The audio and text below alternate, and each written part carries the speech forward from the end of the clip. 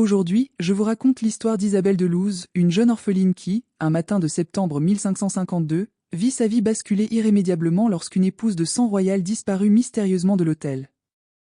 Imaginez un instant, vous êtes dans l'immense salle du Palais des Vents à Coimbra, cœur politique d'un royaume en pleine prospérité et tension. L'air est chargé d'un parfum de cire fondue, des centaines de bougies vacillent et projettent des ombres dansantes sur d'anciennes tapisseries. Des ambassadeurs de villes lointaines comme Venise, Naples et Séville attendent avec la patience limitée des nobles habitués au luxe, mais jamais l'angoisse de l'imprévu. Le silence absolu régnait, interrompu seulement par le tintement subtil des bijoux et le froissement des soieries. 30 minutes s'étaient écoulées depuis l'heure prévue pour la cérémonie, et l'absence de la mariée commençait à créer une nervosité palpable.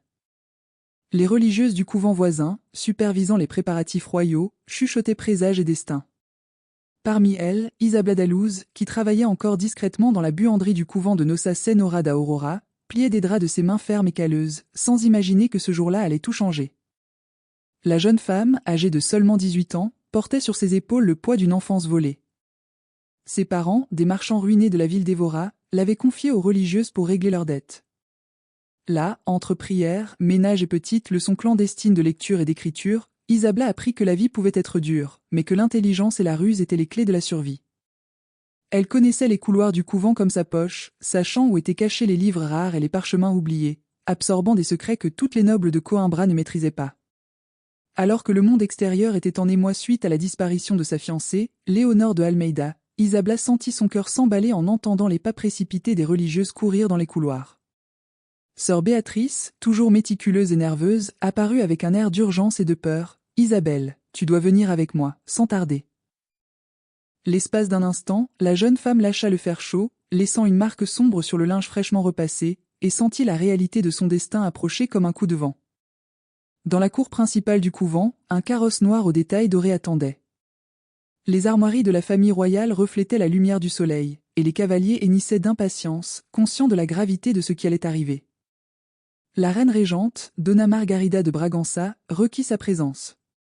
Pour Isabelle, qui jusque-là avait vécu dans le silence, les prières et la monotonie de la routine du couvent, la nouvelle résonna comme un appel d'un autre monde. Le trajet à travers le centre-ville de Coimbra ressemblait à un rêve brumeux. À travers les vitres du carrosse, les rues pavées et les marchés animés se déroulaient, les arômes d'épices, de pain frais et de poissons grillés flottant dans l'air et se mêlant à la brise. Chaque détail observé par la jeune femme était inconnu et fascinant, et chaque pas la rapprochait d'une vie qu'elle n'aurait jamais imaginée, remplacer une épouse disparue, devant toute la cour et les dignitaires étrangers. Lorsque le carrosse arriva au palais, Isabelle sentit un poids sur sa poitrine, comme si la gravité s'était amplifiée. La grande salle, décorée de colonnes de marbre et de tapisseries racontant des histoires de navigateurs et de saints, semblait l'observer à chaque pas. La reine régente, vêtue de sa robe violette et au regard fixe, lui fit signe d'approcher. « Approche, mon enfant », dit Donna Margarita d'une voix imprégnée d'autorité et d'attente. « Aujourd'hui, le royaume a besoin de toi comme tu ne l'aurais jamais imaginé. » Isabella da Luz contempla la robe de Léonore de Almeida, tel un nuage de soie, lourde de broderies argentées et de détails qui racontaient une vie à laquelle elle n'avait pas sa place. Chaque pli, chaque perle symbolisait la transformation qui allait s'opérer, et les demoiselles de la cour commencèrent à l'aider à enfiler la tenue royale, ajustant chaque détail comme si elle métamorphosait la simple servante en princesse. Le cœur d'Isabella battait fort, et chacun de ses pas résonnait dans la salle comme un battement de tambour annonçant non seulement un mariage, mais le début d'un spectacle qui la placerait au cœur du destin d'un royaume. Elle l'ignorait encore, mais ce matin-là marquerait le début d'un voyage qui changerait non seulement sa vie, mais aussi l'histoire de Coimbra. Isabella da Luz se tenait dans la grande salle, sentant chaque fil de soie de la robe se resserrer doucement autour de son corps, comme si le vêtement lui-même lui rappelait le poids des responsabilités qu'elle portait désormais. Les jeunes filles de la cour, sous l'œil attentif de demoiselles d'honneur expérimentées, ajustaient chaque pli, chaque nœud, chaque perle des cheveux noirs et raides d'Isabelle. La tiare, héritage de la famille royale, étincelante, semblait peser plus lourd que l'or pur, elle symbolisait l'attente de tout un royaume. Et la jeune orpheline sentit son cœur se serrer à chaque contact. De l'autre côté de la salle, le prince Fernando de Sousa, héritier du trône, attendait patiemment. Ses yeux bruns, profonds et attentifs, scrutaient l'entrée à la recherche du visage de la mariée qui n'était jamais apparue. La formalité de la cérémonie était devenue une tension palpable, mais lorsque son regard croisa celui d'Isabelle, quelque chose changea. Il eut un mélange de surprise, de curiosité et d'une étrange sensation de familiarité qu'il ne parvenait pas à expliquer. Le prince resta immobile, le corps figé, mais son esprit bouillonnait de questions que personne n'osait poser. Les religieuses avaient rapidement expliqué la situation à la reine Margarita, et la décision était prise. Isabelle assumerait le rôle de la mariée disparue. Il n'y avait pas de temps pour les répétitions, les explications, ni même la préparation mentale. Chaque pas de la jeune femme devait être parfait, chaque geste étudié. Les dames de la cour la guidaient par des instructions rapides, lui chuchotant des conseils sur la posture, l'expression et le langage corporel. Lève le menton, garde les épaules droites, regarde devant toi, et ne baisse jamais les yeux. Des mots simples, pourtant qui sonnaient comme des phrases. Pendant ce temps, la reine régente elle-même gardait les yeux fixés sur Isabelle, scrutant chaque mouvement, évaluant la moindre réaction de la jeune femme. La tension était réciproque. D'un côté, la nécessité de préserver l'honneur du royaume. De l'autre, la curiosité de savoir si cette simple servante avait la force de supporter le poids d'une identité imposée. Chaque détail de la cérémonie serait observé non seulement par les sujets portugais, mais aussi par des dignitaires venus de toute l'Europe, dont le regard critique jugerait chaque pas et chaque geste de la mariée. Pendant ce temps, Isabelle sentait son cœur battre la chamade. L'air du palais, chargé du parfum des roses blanches et du jasmin des jardins intérieurs, semblait intensifier chaque émotion. Chaque son, le tintement des bijoux, le murmure des bougies, le murmure discret des invités résonnait en elle, l'empêchant de distinguer la peur de l'excitation. La jeune femme se souvenait du couvent, des religieuses qui l'avaient accueillie, de la routine simple et du silence qui semblait désormais un lointain souvenir. Le cortège commença à se former. Serviteurs, musiciens et dames de la cour s'alignèrent avec une précision quasi chorégraphique. Isabelle se sentait partie intégrante d'un théâtre gigantesque, où chaque mouvement était mesuré et chaque mot comptait. La musique des luttes et des clavecins résonnait dans la salle, tandis que des pétales de rose jonchaient le sol, formant un chemin qui semblait mener vers une destination inconnue. Le sentiment d'être observé, jugé et évalué à chaque instant était bouleversant, mais aussi étrangement libérateur. Pour la première fois, Isabelle sentait qu'elle allait vivre quelque chose qui allait changer sa vie à jamais. Quand elle atteignit enfin l'autel improvisé, Ferdinand la salua d'un regard intense. Il comprit immédiatement que cette jeune femme n'était pas la mariée attendue, mais quelque chose dans sa posture, la sérénité et la dignité qu'elle dégageait, l'impressionnait et la désarmait à la fois. Le prince ressentit le poids de l'instant. Cette cérémonie était un mensonge pour tous, sauf pour lui et Isabelle, dont les vies avaient été précipitées dans une situation qu'aucun d'eux n'avait choisie. L'archevêque se mit à psalmodier les paroles de la cérémonie, et chaque syllabe résonna comme un battement dans la poitrine d'Isabelle.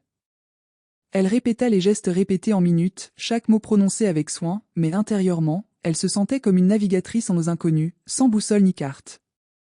En passant la bague au doigt de Fernando, elle eut l'impression qu'une chaîne invisible se refermait sur son âme, scellant le destin que le hasard et la nécessité avaient choisi pour elle. Alors que le murmure des invités s'amplifiait, la jeune orpheline comprit qu'il ne s'agissait pas d'une simple cérémonie, mais du début d'un spectacle quotidien, où chaque geste serait observé, chaque mot analysé et chaque émotion jugée. Elle comprit qu'à partir de cet instant, il lui serait impossible de revenir à la simplicité du couvent ou à la vie qu'elle avait connue. La responsabilité pesait lourd, mais elle éveilla aussi quelque chose d'inattendu, la force de ceux qui savent qu'ils n'ont pas le choix, mais doivent pourtant affronter le monde avec courage. La grande salle commençait à se taire, mais l'écho de la cérémonie persistait dans les couloirs du palais comme une brume invisible.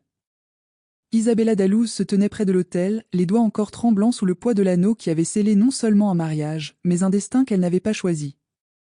Son regard scruta le visage du prince Ferdinand et, l'espace d'un instant, elle y vit non seulement l'héritier de Coimbra, mais un homme partagé entre la surprise, la déception et une chose que même l'étiquette ne pouvait contenir, une curiosité sincère.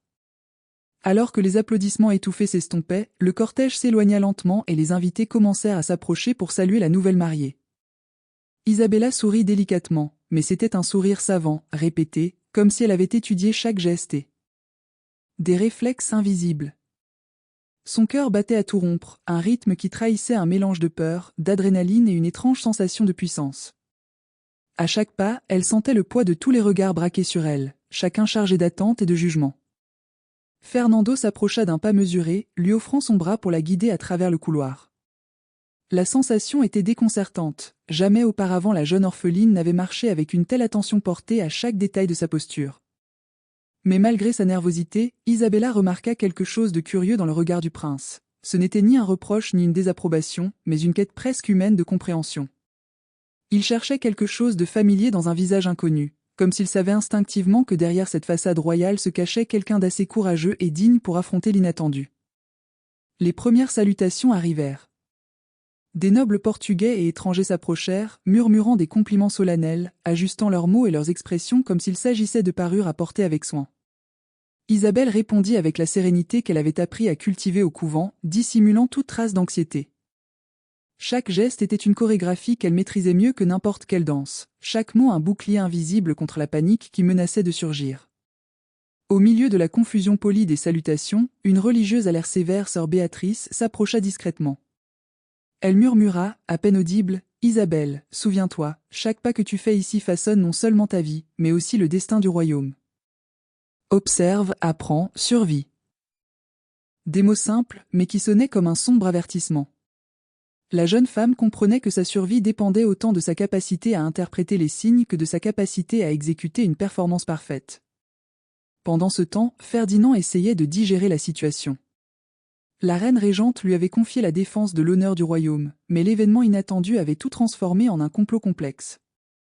Il observait Isabelle avec une attention croissante. Chacun de ses gestes semblait mesurer non seulement la cérémonie, mais aussi le courage et l'intelligence de celle qui avait assumé un rôle impossible sans hésitation.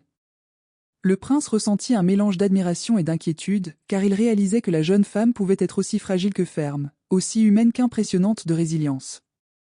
Après le cortège, ils furent conduits dans les couloirs intérieurs, où des tapisseries représentant des batailles et des alliances passées semblaient observer silencieusement chaque pas de la nouvelle princesse. Isabelle sentait le poids de l'histoire du palais sur ses épaules. Chaque pièce, chaque vitrail, chaque sculpture lui rappelait que le monde qui l'entourait était bâti sur des attentes rigides et des traditions impitoyables. Plus tard, lorsqu'ils furent enfin seuls, Ferdinand regarda Isabelle droit dans les yeux. Pour la première fois, il n'y eut ni formalité ni cérémonie, seulement le besoin de comprendre qui se tenait devant lui. « Vous n'êtes pas Léonore de Almeida », dit-il d'une voix chargée de curiosité, mais aussi de respect. Isabella répondit, conservant la dignité qui l'avait toujours accompagnée, « Non, Votre Altesse. Je suis Isabella Dallouz, du couvent de Notre-Dame d'Aurore. J'ai été appelée à remplir ce rôle. » La conversation, bien que brève, ouvrit une fissure dans le rideau de formalité qui les entourait tous deux. Fernando comprit qu'il n'avait pas affaire à un simple imposteur, mais à quelqu'un qui portait en lui une force silencieuse, une histoire qui défiait le destin que la vie lui avait imposé. De son côté, Isabella sentit pour la première fois qu'elle n'était pas seule dans ce labyrinthe d'attentes et de masques. Il y avait, chez cet homme, un reflet de doute et d'humanité qui lui rappelait qu'ils étaient tous deux victimes de circonstances qu'ils n'avaient pas choisies. Dans les jours qui suivirent la cérémonie, Isabella Dallouz commença à prendre conscience de la complexité de sa nouvelle vie. Le palais de Coimbra était un labyrinthe de couloirs silencieux et de salles majestueuses, chacun abritant des histoires de pouvoir, d'intrigues et d'attentes qu'elle ne pouvait ignorer. Son quotidien était devenu une danse précise entre apparence, obéissance et observation constante. Chaque geste, chaque mot, chaque regard était évalué comme si leur valeur se mesurait en or, et non en humanité. Tôt le matin, Isabelle apprit que la véritable difficulté ne résidait pas seulement dans la soie et les perles, mais aussi dans la gestion des tensions à la cour. Certaines dames d'honneur la regardaient avec suspicion, se sentant menacées par cette jeune femme qui avait endossé le rôle d'une mariée disparue. De petites intrigues surgissaient à chaque pas, murmures dans les couloirs, regards désapprobateurs, allusions à la légitimité de sa présence.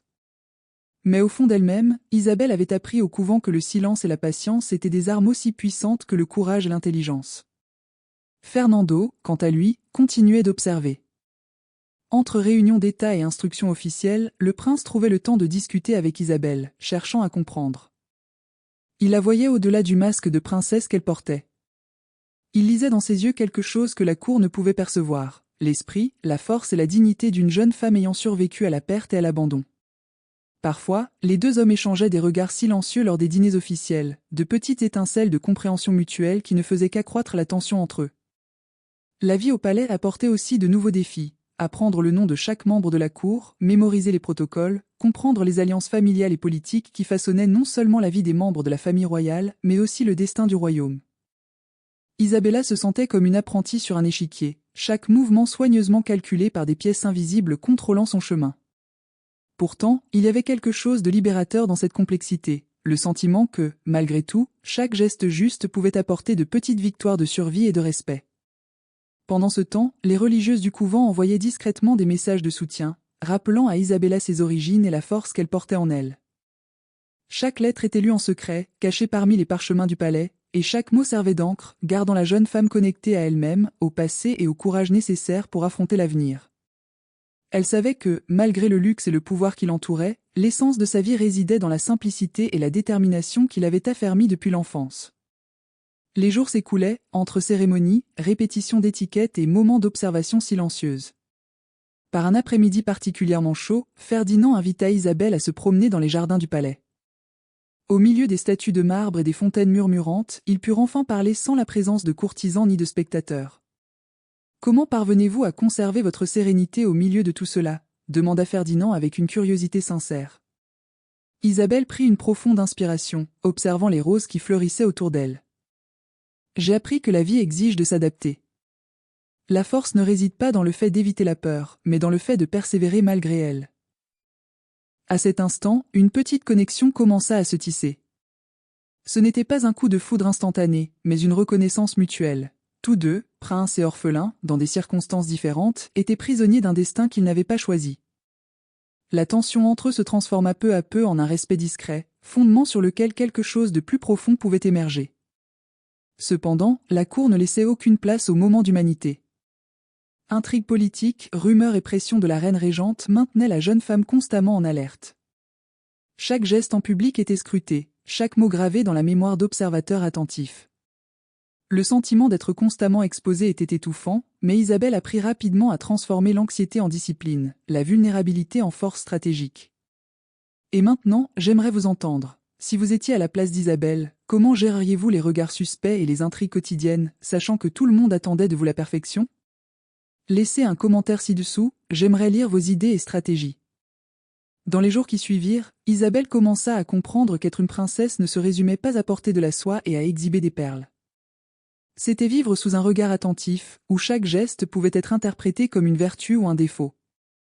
Elle apprit rapidement à déchiffrer les sourires faux et les regards calculateurs des dames de la cour.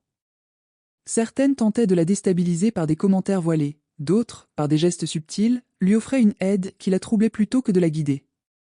Mais Isabelle avait appris, au couvent, qu'une observation silencieuse était plus puissante qu'une réponse immédiate.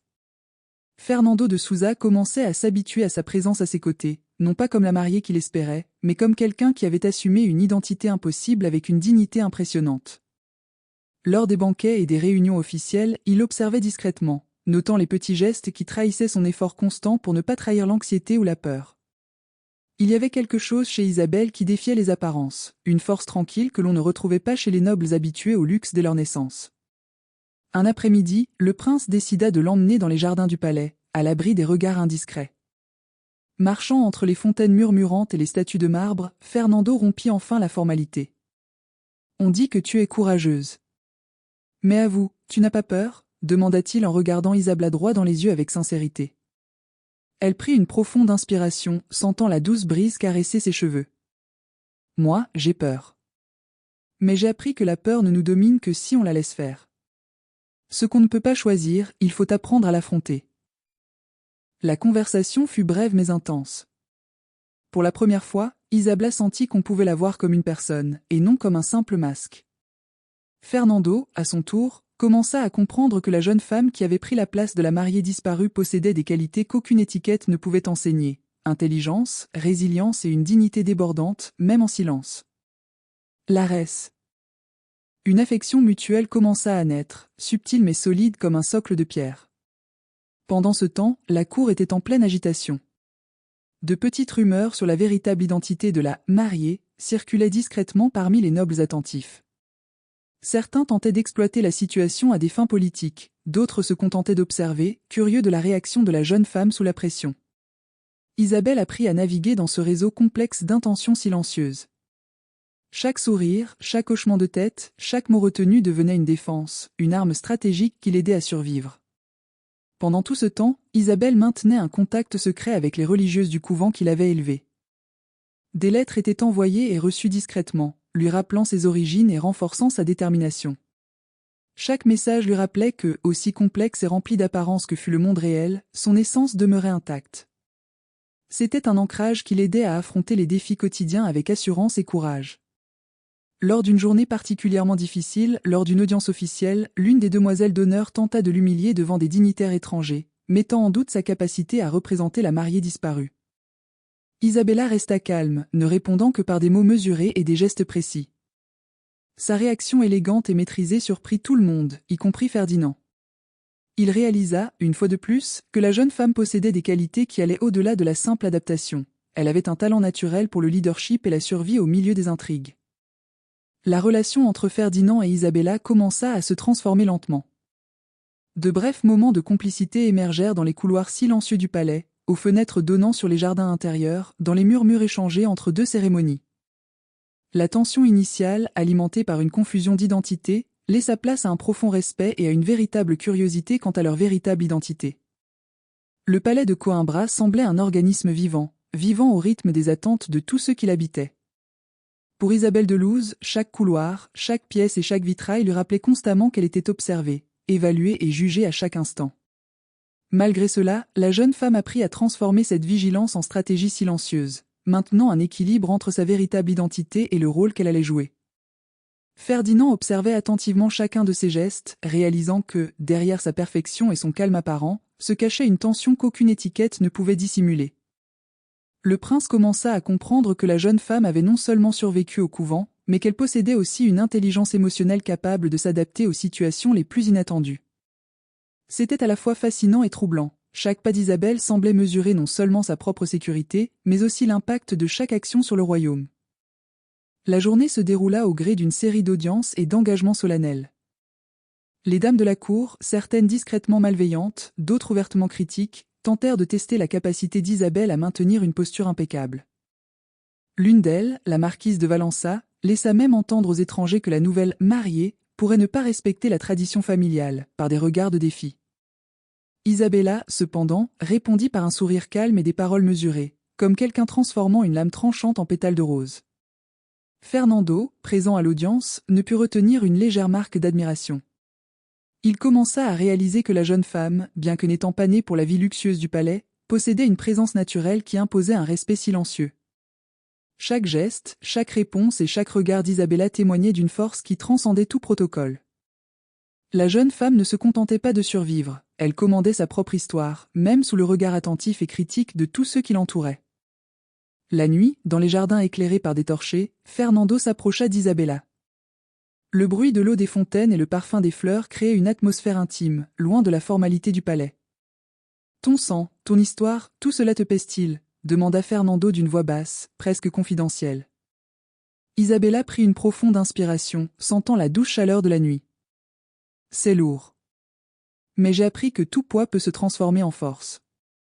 Ce que nous ne pouvons éviter, nous devons l'affronter avec courage. » De petits gestes commencèrent à émerger entre elles. Un regard prolongé, un léger contact de la main, des mots échangés en secret dans des couloirs silencieux. Il y avait quelque chose de plus qu'un respect mutuel, il y avait un début de confiance, une compréhension tacite que, malgré la tromperie et les apparences, elles étaient toutes deux des êtres humains essayant de survivre à l'imprévu.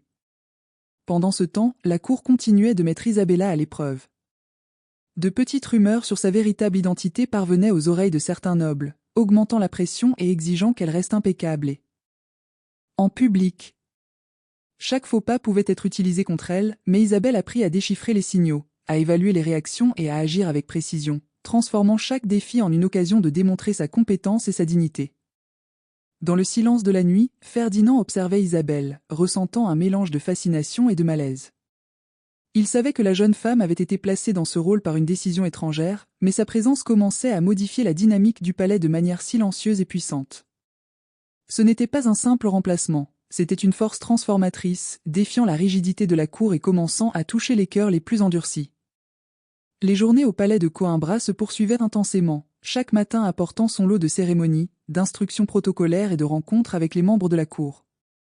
Isabelle de Luz découvrit rapidement que la formalité n'était que la surface d'un océan d'intrigues, d'ambition et de ressentiments silencieux.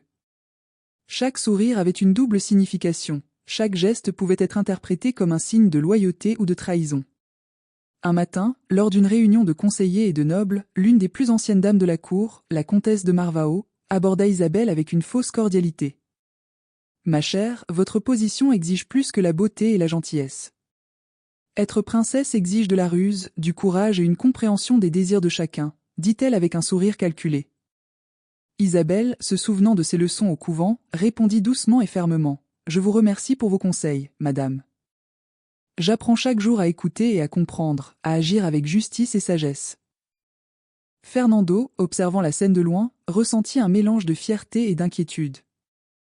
Il vit la jeune femme affronter des défis que peu de nobles pouvaient supporter, gardant son sang-froid face aux regards critiques et aux provocations voilées. Il y avait quelque chose d'admirable dans sa capacité non seulement à survivre, mais aussi à s'affirmer dans un environnement aussi hostile. Et, petit à petit, il comprit que son affection pour Isabelle grandissait non pas en raison de son apparence ou de ses obligations, mais grâce à la force de caractère dont elle faisait preuve. Dans une autre situation, Isabelle dut faire face à des rumeurs concernant la disparition de son épouse. Certains courtisans, cherchant à plaire au prince ou à s'attirer ses faveurs, murmuraient que la véritable Isabelle de Castro pourrait revenir, remettant en question la légitimité de la jeune remplaçante. Chaque commentaire était une arme qu'il fallait contenir, transformée en une réponse élégante ou ignorée avec perspicacité.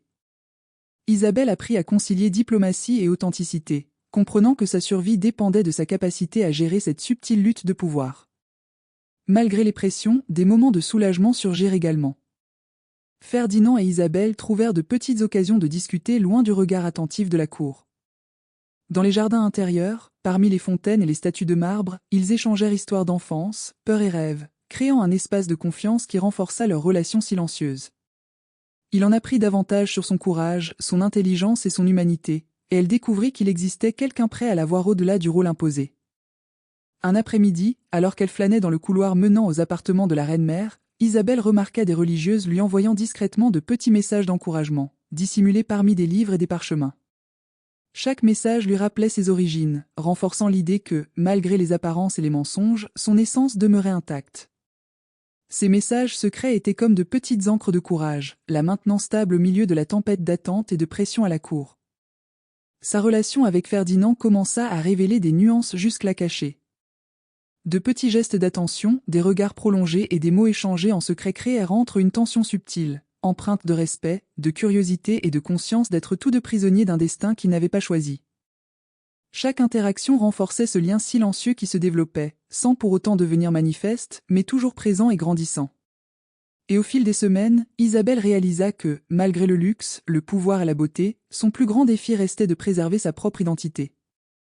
Le masque de princesse qu'elle portait si parfaitement dissimulait non seulement ses véritables origines, mais aussi ses pensées, ses peurs et ses désirs les plus intimes. Et, dans le silence de ses appartements, chaque nuit apportait des réflexions sur qui elle était vraiment et ce qu'elle voulait devenir, même dans un monde qui semblait dicter chacun de ses pas. Les couloirs du palais de Coimbra devinrent le théâtre d'une tension croissante. La présence d'Isabelle de Luz, bien qu'impeccable, continuait de susciter murmures et regards soupçonneux. Certaines dames d'honneur, habituées à exercer une influence sur le prince, se sentaient menacées par l'intelligence et la fermeté de la jeune femme. Les petits sabotages, les paroles chargées d'ironie et les subtiles insinuations commencèrent à se multiplier. Voiture, mettant à l'épreuve la patience et la ruse d'Isabella. Un matin d'automne, la marquise d'Alvor arriva avec une critique acerbe lors des préparatifs d'un grand bal royal. « Ma chère, votre attitude plaît aux étrangers, mais entre nous, un simple sourire ne suffit pas. Une princesse doit comprendre l'intention derrière chaque geste, chaque mot et chaque regard. » Isabella, demeurant calme, répondit sereinement. « Je vous remercie pour vos conseils, madame. J'apprends chaque jour que le souci du détail est aussi important que l'apparence. » Sa réponse élégante provoqua un léger malaise chez la marquise, qui comprit que la jeune femme ne serait pas facile à manipuler. Fernando observait attentivement depuis un coin de la pièce. Il commençait à comprendre que l'intelligence d'Isabella allait bien au-delà de la ruse politique. C'était une sagesse acquise au cours de la dure vie du couvent, par la survie silencieuse et par le courage d'affronter des défis impossibles. Le prince commença à comprendre que la jeune femme, même entourée de luxe et d'intrigues, possédait une force qui défiait toutes les attentes. De petits gestes de soutien, comme un regard ferme ou un contact discret, commencèrent à émerger entre eux, renforçant un lien silencieux. Pendant ce temps, les rumeurs sur la véritable identité d'Isabelle continuaient de se propager discrètement. Certains courtisans murmuraient qu'il était possible que la première épouse revienne, remettant en question la légitimité de la jeune femme qui avait pris sa place. Isabelle apprit rapidement à gérer ces insinuations, transformant toute provocation en une démonstration de calme et d'élégance. Chaque réponse, soigneusement mesurée, devenait une affirmation silencieuse d'autorité et de présence. Au milieu de ces difficultés, Ferdinand commença à partager ses propres inquiétudes avec Isabelle. Le prince, bien qu'habitué au pouvoir et au faste de la cour, avouait se sentir piégé par un destin qu'il n'avait pas choisi. Ensemble, ils commencèrent à réaliser qu'ils étaient unis non seulement par la tromperie imposée par la reine régente, mais aussi par une compréhension mutuelle des responsabilités, des peurs et des espoirs. De petites confidences créèrent des liens invisibles, renforçant un partenariat qui ne s'était pas encore révélé par des mots affectueux, mais qui existait déjà dans des gestes et des regards. Par une nuit silencieuse, alors qu'ils se promenaient dans les jardins éclairés par des torchers, Ferdinand dit « J'ai parfois l'impression que tout le monde ici oublie que nous sommes des êtres humains, et pas seulement des pièces sur un échiquier de pouvoir. » Isabella sourit légèrement, comprenant la profondeur de son observation. Et c'est précisément parce que nous sommes humains que nous devons apprendre à jouer le jeu, mais sans perdre notre essence. Nous ne pouvons pas nous laisser complètement définir par des masques. Ces mots, simples mais chargés de sens, marquèrent un tournant dans la confiance silencieuse qui les unissait. Pourtant, le palais demeurait un champ de mines d'attente, de protocoles et de pression invisibles. La reine-mère observait chaque mouvement, chaque geste et chaque expression, prête à intervenir si elle le jugeait nécessaire. Isabella comprit que, malgré le respect qu'elle commençait à gagner auprès de Ferdinand et de certains courtisans, la plus grande bataille restait à mener pour survivre et préserver son identité intacte sous un regard attentif et critique. Les jours suivants apportèrent des défis encore plus grands à Isabelle de Luz. Le palais de Coimbra, qui semblait auparavant un labyrinthe de protocoles et de courtisans attentifs, devint un véritable champ de bataille silencieux. Certaines dames, se sentant menacées par l'intelligence et la fermeté de la jeune femme, commencèrent à élaborer des stratégies plus subtiles et plus dangereuses pour la discréditer. Chaque faux sourire et chaque commentaire ironique était empreint d'une intention qui exigeait toute l'attention d'Isabelle. Un matin, alors qu'elle préparait un banquet auquel assistaient des dignitaires étrangers, la comtesse de Villanova répandit une rumeur insinuant que la véritable épouse pouvait revenir à tout moment, jetant le doute sur la légitimité d'Isabelle. La jeune femme dut agir vite et précisément, répondant aux questions indirectes avec grâce et fermeté, transformant chaque provocation en démonstration de domination et d'assurance. Ferdinand, observant discrètement, ne put s'empêcher d'éprouver de l'admiration et, en même temps, une inquiétude sourde. Il savait que, malgré son talent, le jeu politique de la cour pouvait être cruel et inattendu. Leurs rencontres secrètes dans les jardins du palais prirent une importance croissante pour Isabelle et Ferdinand. Au milieu des murmures des fontaines et des statues de marbre, ils partageaient non seulement des confidences, mais aussi des stratégies et des réflexions sur la réalité qui les entourait. Elle apprit de lui à interpréter les subtilités de la politique et du pouvoir, tandis qu'il apprenait d'elle la force de résilience et la ruse acquise dans la rude vie du couvent. De petits gestes de complicité se manifestèrent, mais toujours enveloppés de prudence, car il savait que chaque regard, chaque mot pouvait être observé par des oreilles curieuses. Un après-midi d'automne, Ferdinand s'approcha d'Isabelle. Dans le couloir menant à la salle d'audience. « Je sens que certains ici veulent plus que me défier. Ils essaient de vous rabaisser, de vous mettre en échec pour se prouver quelque chose, dit-il doucement. Isabella répondit avec un léger sourire compréhensif. Ils peuvent essayer. Mais j'ai appris que la force ne réside pas seulement dans l'apparence ou le pouvoir, mais dans la patience et la connaissance de soi. Qui se maîtrise maîtrise le jeu. Au palais, l'atmosphère devenait chaque jour plus tendue. Petits incidents, lettres interceptées et commentaires chuchotés augmentaient la pression sur Isabella, exigeant une attention constante, une lecture attentive de chaque geste et de chaque mot. Chaque décision, même la plus insignifiante en apparence, pouvait avoir des conséquences inattendues, et la jeune femme savait qu'elle ne pouvait se permettre aucun faux pas. L'esprit formé au couvent devait désormais fonctionner à pleine vitesse, alliant diplomatie, courage et intelligence émotionnelle. Fernando commença à réaliser que son affection pour Isabella allait bien au-delà du respect. Sa façon de réagir aux défis, de conserver son calme et sa dignité, éveillait en lui des sentiments qu'il cherchait encore à comprendre. Mais la jeune femme était également attentive au cœur du prince. Chaque geste, chaque regard, chaque mot était porteur de sens, et elle apprit à déchiffrer non seulement le protocole, mais aussi les intentions et les émotions qui s'y cachaient. Pendant ce temps, la reine-mère restait attentive, observant les moindres faits et gestes d'Isabelle d'un œil calculateur. Elle savait que cette jeune femme n'était pas une simple remplaçante temporaire, elle possédait des qualités capables de transformer la dynamique du palais et de défier l'autorité même de la cour. Ainsi, chaque pas d'Isabelle était évalué, chaque mot analysé, tandis que le destin du royaume se déroulait silencieusement, la jeune femme et le prince étant au centre de ce réseau d'intrigues et d'attentes. Le crépuscule descendit sur le palais de Coimbra, teintant les vitraux et les couloirs de teintes dorées et cramoisies. Isabelle de Luz, vêtue d'une simplicité qui masquait la complexité de son esprit et de son courage, arpentait les couloirs du palais, consciente que chacun de ses pas avait désormais des répercussions bien au-delà de ses espérances. La jeune femme qui, quelques semaines plus tôt, pliait des draps au couvent, était devenue le centre d'un réseau d'intrigues, d'attentes et de regards attentifs. Fernando l'accompagnait, silencieux mais présent. Une complicité silencieuse régnait entre eux, bâtie sur de petits gestes et des regards échangés entre les audiences et les jardins. Ils savaient que, malgré les apparences, ils étaient unis non seulement par le mariage imposé par la cour, mais aussi par une compréhension mutuelle de leurs peurs, de leurs désirs et de leurs responsabilités. Chaque conversation, chaque geste, chaque contact discret renforçait ce lien, les rendant partenaires dans un monde qui leur semblait souvent trop hostile. Ce jour-là, un important conseil royal fut convoqué. Nobles, conseillers et représentants étrangers se réunirent dans la grande salle pour délibérer sur les alliances, les tribus et les décisions politiques. Isabelle, assise discrètement aux côtés de Ferdinand, sentait tous les regards braqués sur elle. Chacun de ses mots, chacun de ses gestes était scruté avec attention, comme si son destin était mis à l'épreuve. Elle savait qu'elle ne pouvait commettre d'erreur, mais elle savait aussi qu'elle ne pouvait renoncer à sa véritable nature. Au cours de la séance, un diplomate sévillan souleva une question délicate concernant les négociations territoriales. La jeune princesse resta d'abord silencieuse, observant attentivement la dynamique entre Ferdinand et ses conseillers. Puis, avec fermeté et clarté, elle proposa une solution conciliant des intérêts divergents, surprenant tout le monde par son intelligence et sa perspicacité politique. Ferdinand la regarda, impressionné, réalisant qu'Isabelle possédait non seulement du courage, mais aussi une vision stratégique et une capacité naturelle à gérer des complexités que peu de personnes à la cour maîtrisaient. À la fin du conseil, la reine-mère s'approcha discrètement, évaluant chaque geste de la jeune femme. Il y avait de la reconnaissance dans son regard, mais aussi une attente silencieuse. Isabelle avait du potentiel, mais elle devait rapidement apprendre à gérer les ambitions, les jalousies et les intentions cachées qui imprégnaient la cour. La reine savait que la jeune femme pourrait devenir une alliée ou une adversaire, selon la façon dont elle utiliserait son nouveau pouvoir.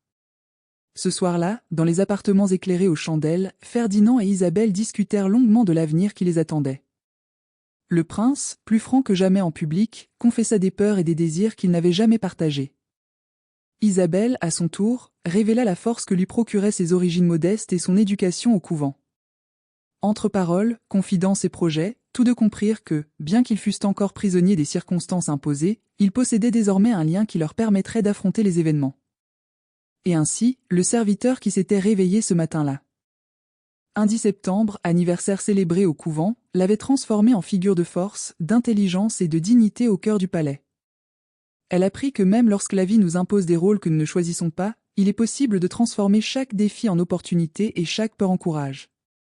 Le destin d'Isabelle et de Ferdinand allait continuer d'être mis à l'épreuve, mais la confiance et le respect mutuel étaient déjà enracinés, promettant que, malgré les intrigues, ils pourraient tous deux écrire leur propre histoire. L'hiver approchait de Coimbra, recouvrant le palais d'une brume délicate et glacée qui s'infiltrait par les fentes des grandes fenêtres. Isabelle de Luz, désormais plus sûre de son rôle de princesse, commença à comprendre que chaque décision avait des conséquences bien au-delà des murs du palais. La ville en contrebas, avec ses ruelles pavées et ses marchés éclairés aux flambeaux, semblait petite comparée à l'immensité des responsabilités qui pesaient désormais sur ses épaules. Durant cette période, une nouvelle figure fit son apparition, la jeune comtesse Léonore de Valença, cousine éloignée de Ferdinand, réputée pour sa beauté et son esprit. Léonore arriva avec des lettres et des intentions peu claires. Son sourire charmeur dissimulait un esprit calculateur, et il devint vite évident qu'elle cherchait à influencer les décisions du prince.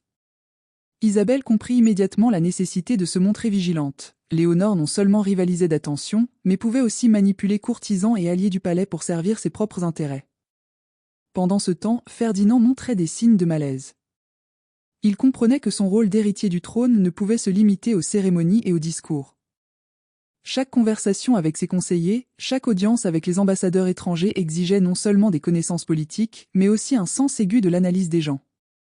La présence d'Isabelle à ses côtés devint cruciale. Ses suggestions, sa vision pratique et sa capacité à garder son calme face aux intrigues se révélèrent un soutien irremplaçable. Ensemble, ils comprirent que, malgré une histoire marquée par le mensonge et les impositions, ils pouvaient construire leurs propres alliances et stratégies. Le climat de tension s'intensifia également avec l'arrivée d'une délégation florentine, porteuse d'un traité commercial susceptible de changer le destin du royaume. Entre lettres, parchemins et rencontres intenses, des opportunités de négociation surgirent, mais aussi des pièges. Isabelle, autrefois intimidée, commença à percevoir les nuances de chaque geste, de chaque expression faciale, de chaque non-dit. La jeune princesse, autrefois orpheline et fragile, se transforma en une personne capable de déchiffrer les intentions cachées, tandis que Ferdinand apprit à se fier à son instinct plutôt qu'aux simples conseils. Au milieu des intrigues et des responsabilités politiques, de petites victoires personnelles émergèrent. Isabelle trouva en Ferdinand un véritable allié, quelqu'un qui non seulement reconnaissait sa valeur, mais partageait également un souci sincère de son bien-être. Se promenant dans les jardins recouverts d'une fine couche de neige, ils évoquèrent leurs peurs, leurs rêves et ce que signifiait être prisonniers d'un destin qu'ils n'avaient pas choisi. Le lien entre elles, silencieux mais profond, commença à se renforcer, prouvant que même dans un monde de mensonges, des alliances sincères pouvaient encore s'épanouir. Mais le palais recelait des secrets encore plus grands. Certains couloirs, voilés par d'anciennes tapisseries, dissimulaient des lettres interceptées, des messages codés et des observateurs discrets. Isabella comprit bientôt que, même si elle pouvait affronter les défis quotidiens avec courage, des forces extérieures étaient prêtes à mettre son intelligence et sa résilience à l'épreuve. À chaque pas, elle devait choisir entre confiance et prudence, entre agir avec courage et attendre son heure. Chaque choix pouvait ouvrir des portes ou engendrer des dangers inattendus. Et maintenant, j'aimerais connaître votre avis. Si vous étiez à la place d'Isabella, comment réagiriez-vous face à de nouvelles intrigues et à des personnes cherchant à manipuler des décisions importantes ? Laissez un commentaire ci-dessous, j'aimerais lire vos idées et stratégies. Le printemps commençait à poindre à Coimbra, apportant avec lui le parfum des fleurs fraîchement écloses et un sentiment de renouveau qui contrastait avec la tension croissante dans les couloirs du palais. Isabelle de Luz, désormais plus confiante et consciente de sa position, comprit que chaque sourire, chaque geste et chaque mot avait un poids invisible, capable de changer le destin du royaume. La jeune princesse avait appris que la cour était un jeu d'apparence, où la vérité se révélait rarement sans risque. Dans ce contexte, une lettre inattendue arriva au palais. Scellée aux armoiries de la famille Braga, elle faisait directement référence au passé d'Isabelle. En l'ouvrant, la jeune femme lut des mots qui la firent trembler. Un ancien allié de sa famille lui apportait des nouvelles d'événements susceptibles de déstabiliser sa nouvelle position.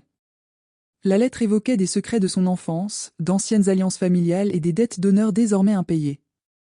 Ils revinrent pour faire payer leur tribut. Isabelle comprit immédiatement que sa vie, qui semblait enfin se stabiliser, allait être ébranlée par des forces qu'elle croyait enfouies à jamais. Pendant ce temps, Ferdinand faisait face à ses propres dilemmes.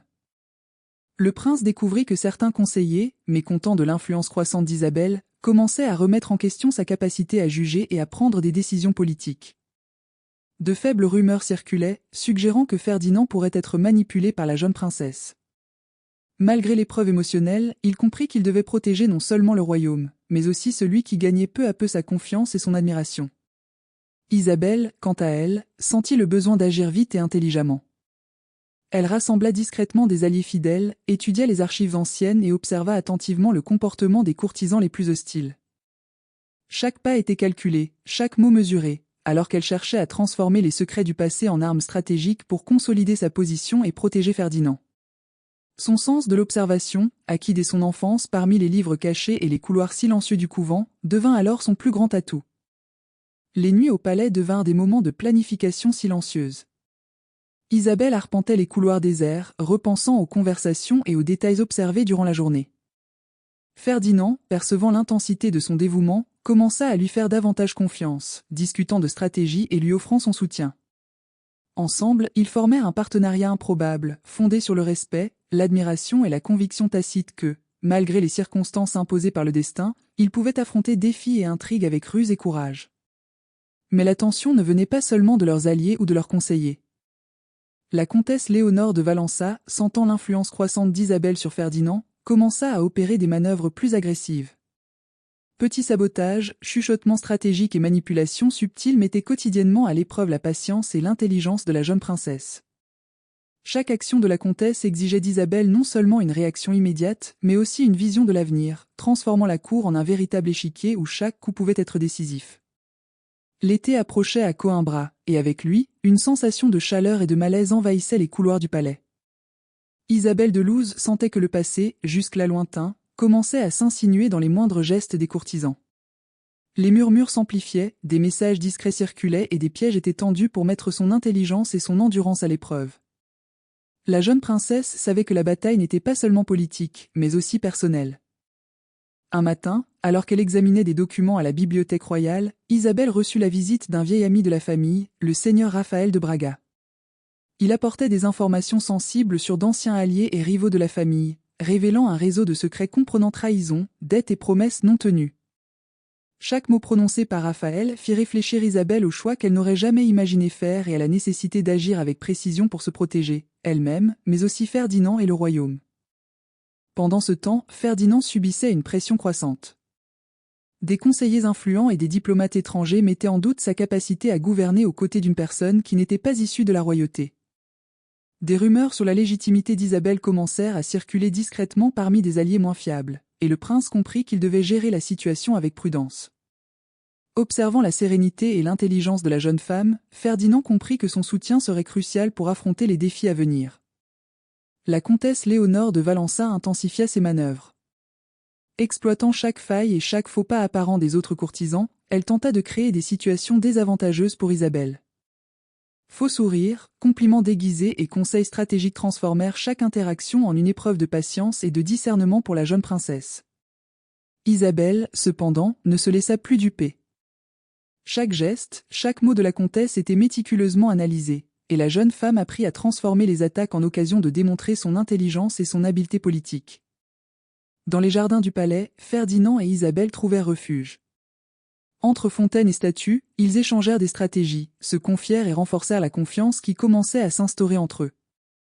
La jeune princesse comprit que pour survivre dans cet environnement, elle devait faire preuve non seulement de ruse, mais aussi de compréhension émotionnelle et de capacité à déchiffrer les intentions cachées. Ferdinand, à son tour, comprit que la force d'Isabelle ne résidait pas seulement dans son courage, mais aussi dans une expérience de vie qu'aucun titre royal ne pouvait offrir. Au fil des jours, Isabelle commença également à remarquer des signes indiquant que les anciens ennemis de sa famille exerçaient toujours leur influence à la cour. Lettres interceptées, messages cryptés et observateurs discrets révélèrent un réseau d'espionnage silencieux capable d'interférer avec chaque décision et de créer des crises inattendues. La jeune princesse comprit qu'elle devait agir vite, nouer des alliances stratégiques et protéger ceux en qui elle avait confiance, tout en gardant son sang-froid face aux ennemis visibles et invisibles. Le palais de Coimbra était plongé dans l'ombre d'un après-midi chaud, et Isabelle de Luz sentait le poids des responsabilités et des intrigues peser sur ses épaules. Chaque pas dans les couloirs résonnait comme un avertissement silencieux. Des ennemis, anciens et nouveaux, l'observaient. Ferdinand était à ses côtés, lui offrant un soutien indéfectible, mais tous deux savaient que les alliances devaient être formées avec prudence. La comtesse Léonore intensifiait ses manœuvres, répandant des rumeurs et mettant à l'épreuve la patience de la jeune princesse. Mais Isabelle, désormais plus rusée et confiante, transforma chaque attaque en opportunité, renforçant ses liens avec ses alliés fidèles. Au milieu des documents, des murmures et des regards calculés, elle comprit que survivre au palais exigeait plus que du courage. Il fallait de l'intelligence, de la stratégie et une compréhension du cœur humain. À la tombée de la nuit, Isabelle et Ferdinand se retrouvèrent dans les jardins, échangeant des paroles silencieuses et élaborant des plans prudents. Ils savaient que les défis persistaient, mais ensemble, ils avaient découvert qu'ils pouvaient affronter les intrigues, protéger le royaume et peut-être trouver leur propre voie au milieu des mensonges et des apparences qui les entouraient. La nuit enveloppait le palais de Coimbra d'ombres dansantes, éclairé seulement par des torchers et des bougies disséminées dans les couloirs.